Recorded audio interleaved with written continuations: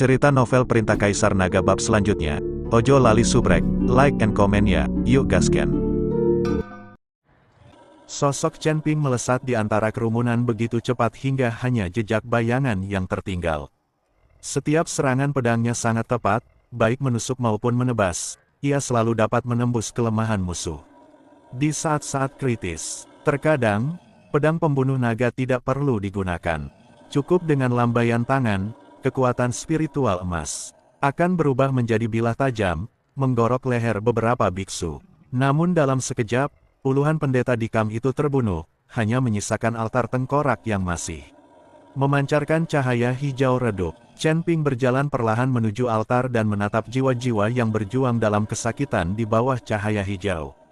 Jejak rasa kasihan melintas di matanya. Sebagian besar jiwa-jiwa ini tidak lengkap, jelas telah disiksa untuk waktu yang lama. Kecerdasan mereka telah lama kabur, hanya menyisakan rasa sakit dan ketakutan naluriah. Dia mengangkat tangannya dan kekuatan spiritual keemasan yang lembut dan murni disuntikkan ke dalam altar. Rune-rune yang tersusun dari energi jahat seketika hancur berkeping-keping, dan kekuatan yang mengikat jiwa-jiwa itu lenyap, seolah merasa terbebas. Jiwa-jiwa itu menjelma menjadi titik-titik kecil cahaya bintang, melayang menuju langit. Sebelum akhirnya menghilang di antara langit dan bumi. Beristirahat dalam damai, Chen Ping berkata lembut, dengan sedikit rasa kasihan dalam suaranya. Dia berbalik dan tanpa henti, bergegas menuju ke tempat di mana dia telah sepakat untuk bertemu Humasi.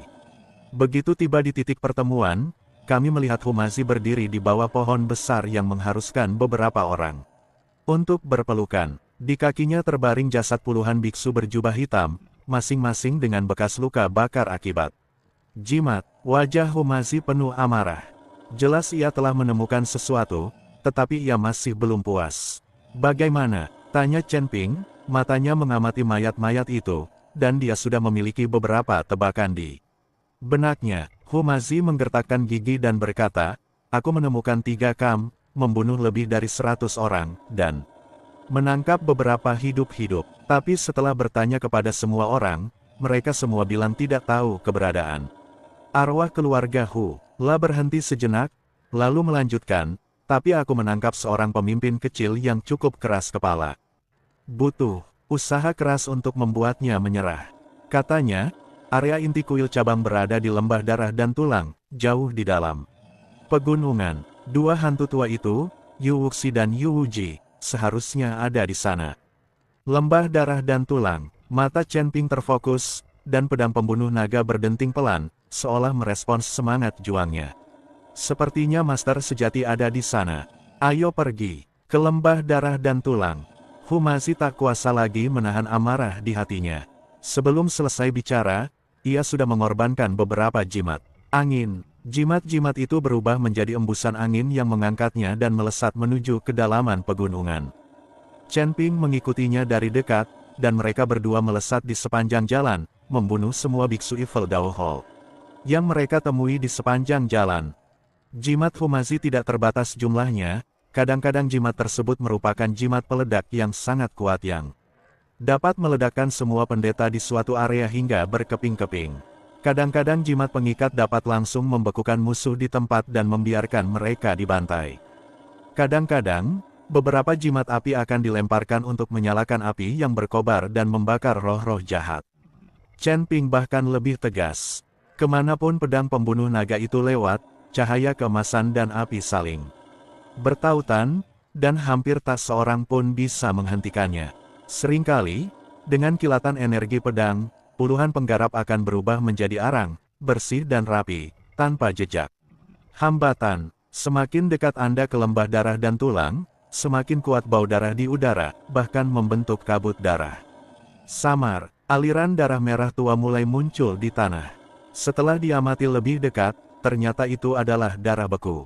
Saat diinjak, terdengar suara krek yang menggelitik kulit kepala. Lembah darah dan tulang sungguh sesuai dengan namanya. Seluruh lembah ditutupi tulang-tulang putih, menyebar dari dasar lembah hingga ke dinding gunung di kedua sisi, seperti jalan kematian yang dilapisi tulang-tulang. Dinding gunung di kedua sisinya dipenuhi mayat-mayat kering. Mayat-mayat ini berada dalam berbagai posisi, beberapa Dengan ekspresi ketakutan, beberapa dengan ekspresi kesakitan. Jelas bahwa mereka telah mengalami siksaan berat. Sebelum kematian, di tengah lembah berdiri sebuah istana hitam besar. Istana ini seluruhnya terbuat dari obsidian dan diukir dengan rune aneh, yang terkadang memancarkan cahaya merah.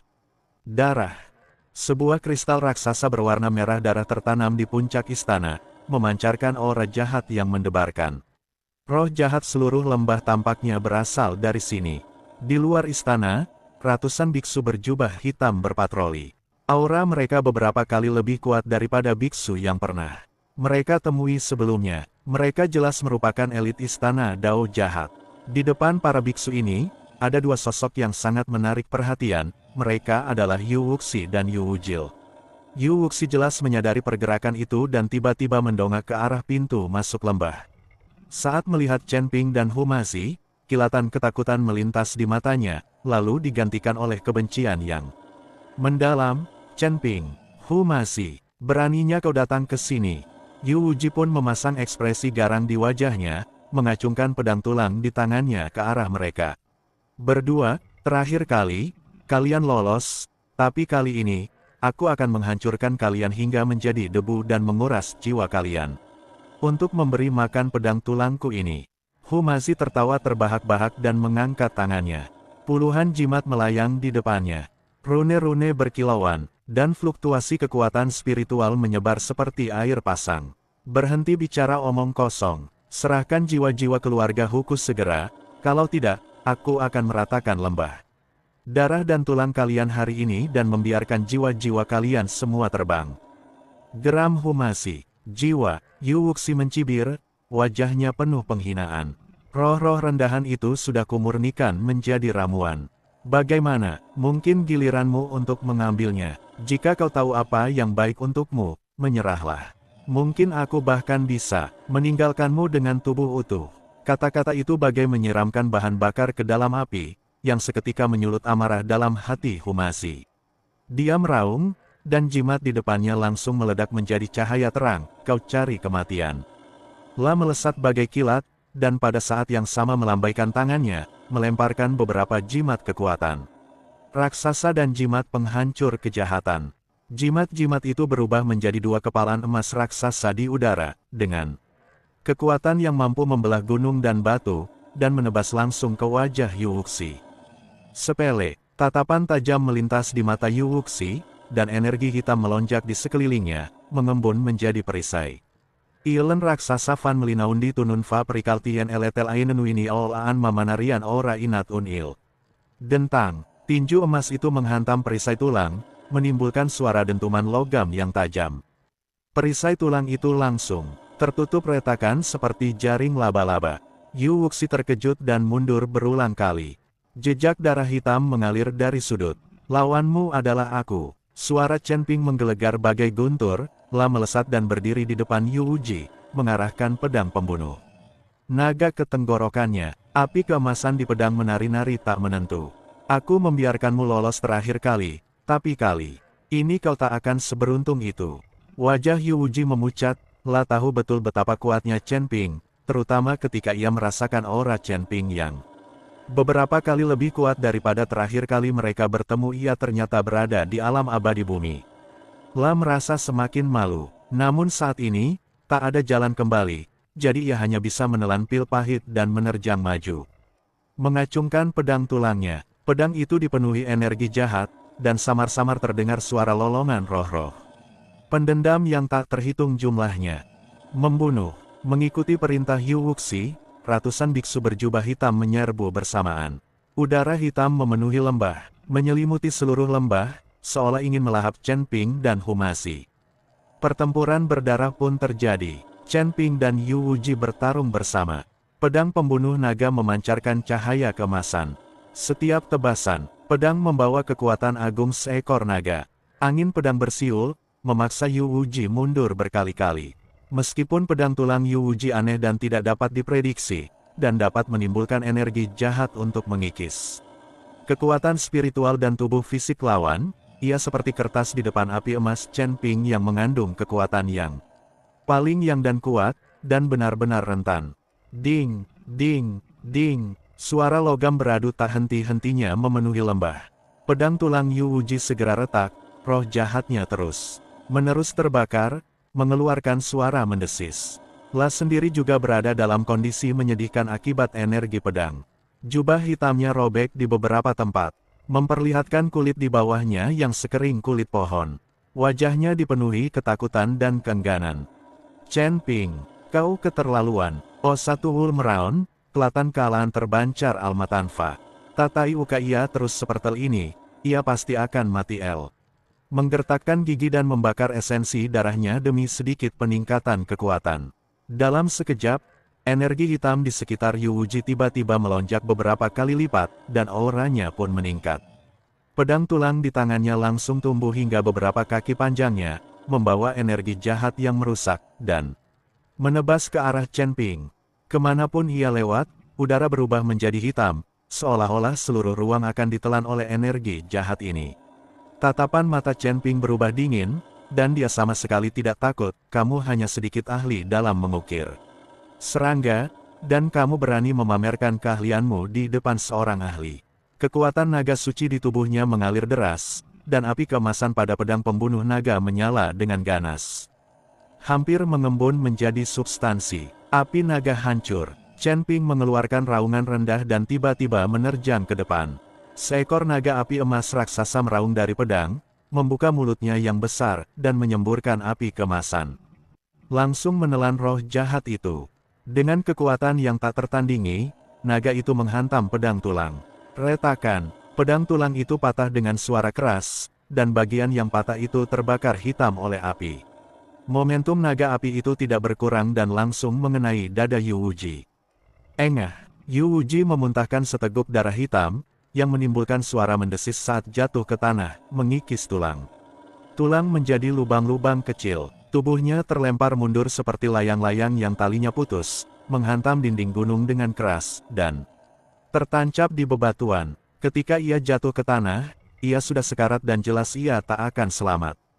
Chen Ping melangkah maju perlahan, pedang pembunuh naga tertancap di tenggorokannya, tatapannya sedingin es. Katakan padaku, di mana arwah keluarga Hu? Yu Wuji batuk seteguk darah, tetapi senyum aneh muncul di wajahnya.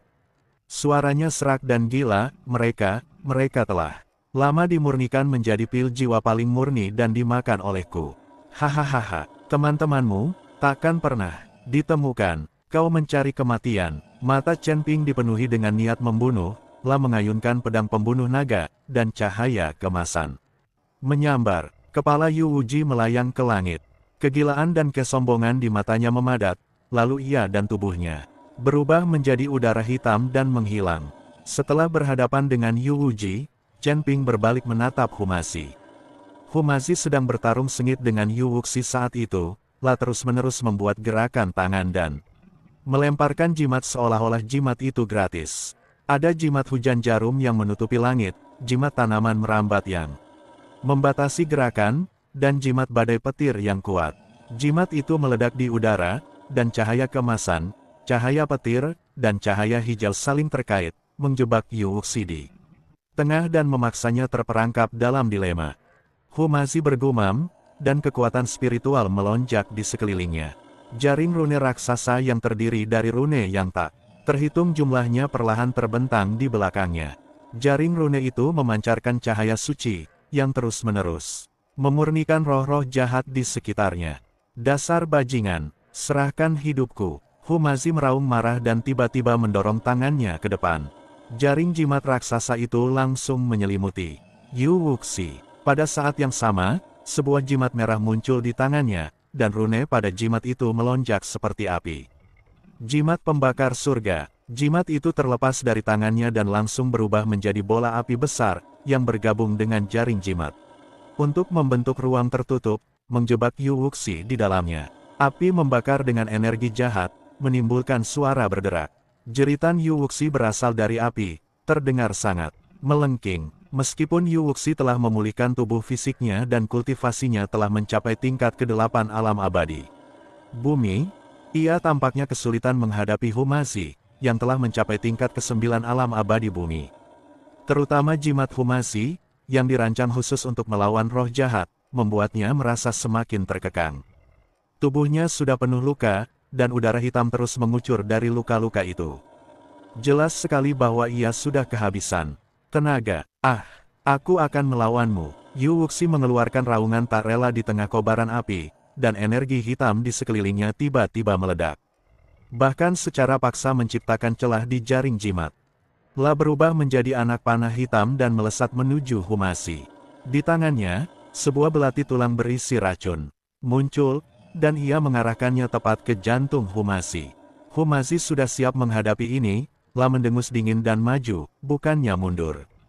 3 jimat emas tiba-tiba muncul. Di tangannya, kau tak menyesal. Dia memegang jimat itu di depannya, dan jimat itu langsung berubah menjadi perisai emas besar dengan kata-kata Suppress Evil, terukir di atasnya, memancarkan kekuatan suci yang luar biasa. Engah, belati tulang itu menembus perisai emas, namun perisai itu bagai setetes air di lautan, dan seketika hancur oleh cahaya. Keemasan pada perisai itu, Yu Wuxi sendiri juga terdorong mundur oleh kekuatan hentakan yang dahsyat dan jatuh terbanting di depan pintu istana. Darah hitam terus menyembur dari mulutnya, dan jelas ia takkan selamat. Humasi terengah-engah dan berjalan menghampirinya selangkah demi selangkah. Tatapannya dingin dan jimat-jimat mengelilinginya. Di mana arwah keluarga Huku? Yu Wuxi berusaha keras membuka matanya dan menatap Humasi. Matanya dipenuhi kebencian. Kau tidak dapat menemukan mereka ada di aula utama. Aula utama, mata Humasi menyipit, dan auranya semakin ganas. Katakan dengan jelas, di mana tepatnya? Yu Wuxi terbatuk, darah hitam mengucur dari sudut mulutnya. Suaranya lemah namun bernada sarkasme. Aula cabang hanya memiliki beberapa jiwa yang tidak penting, jiwa orang-orang kuat seperti keluarga Hu. Semuanya telah dikirim ke aula utama. Mengenai apakah mereka telah dimurnikan, aku tidak tahu. Sebelum dia bisa menyelesaikan kata-katanya, kepalanya miring dan dia benar-benar mati. Humasi memandangi mayatnya, matanya dipenuhi amarah dan keengganan, La mengayunkan lengannya dengan keras. Dan beberapa jimat peledak jatuh ke tubuh Yu Wuxi. Dengan suara, bang, yang keras, tubuh Yu Wuxi langsung hancur. Berkeping-keping, brengsek. Pada saat itu, terdengar teriakan dari istana, dan sesosok tubuh terhuyung keluar. Itu adalah Yu Yue. Dia jelas terkejut mendengar suara perkelahian di luar. Melihat mayat-mayat berserakan di tanah, Chen dan Hu, dia sangat ketakutan hingga wajahnya memucat dan dia berbalik ingin melarikan diri. Mau lari, tatapan Humasi menjadi dingin, dan tubuhnya berkelebat, langsung menghalangi Yu Yue. Pada saat yang sama, ia merapal jimat untuk melumpuhkan Yu Yue. Jimat itu jatuh ke tubuh Yu Yue, dan tubuhnya membeku dan ia tak bisa bergerak. Humasi menjambak rambutnya dan melemparkannya ke tanah. Yu Yue terjatuh dan pingsan, dan efek jimat imobilisasi pun lenyap. La mendongak dan melihat wajah Humasi yang marah, La begitu takut hingga jiwanya hampir melayang keluar dari tubuhnya. La berulang kali memohon belas kasihan, Tuan Hu, tolong ampuni saya. Saya tidak tahu apa-apa, tolong, lepaskan saya. Humasi menatap penampilannya yang menyedihkan, tetapi tidak ada belas kasihan di matanya, hanya kebencian yang mendalam. Yu Yue menjerit kesakitan karena digoda olehnya, dan Humasi mengira dia akan menyerah, tetapi dia tidak menyangka bahwa dia benar-benar ingin membunuhnya. Membiarkanmu pergi. Humasi mencibir, suaranya terdengar seperti berasal dari alam baka. Aku akan membunuhmu hari ini. Humasi merobek jubah hitamnya, memperlihatkan kulit pucat di baliknya. Yu Yue menjerit dan meronta, tetapi di hadapan kekuatan besar Humasi, dia tak berdaya seperti semut. Dia menatap kemarahan yang tak tersamarkan dan niat membunuh di mata Humasi, hatinya dipenuhi rasa takut, dan dia berteriak, "Tidak, kumohon, jangan." Namun, Humasi sudah terlanjur diliputi amarah dan kebencian yang telah terpendam selama berhari-hari. La menggendong Yu Yue dan melangkah masuk ke dalam istana, meninggalkan tangisan putus asa yang menggema di lembah. Chen Ping menyaksikan adegan ini dan tidak menghentikannya. Dia tahu Humasi telah menyimpan terlalu banyak rasa sakit dan kebencian di hatinya, dan Yu Yue pantas mendapatkannya. Beberapa utang harus dibayar dengan darah. Dia berbalik dan berjalan ke arah para pendeta berjubah hitam yang masih melawan dengan keras kepala, mengayunkan pedang pembunuh naga, dan api keemasan itu bagaikan sabit dewa kematian, mengubah para pendeta jahat itu menjadi arang satu demi satu.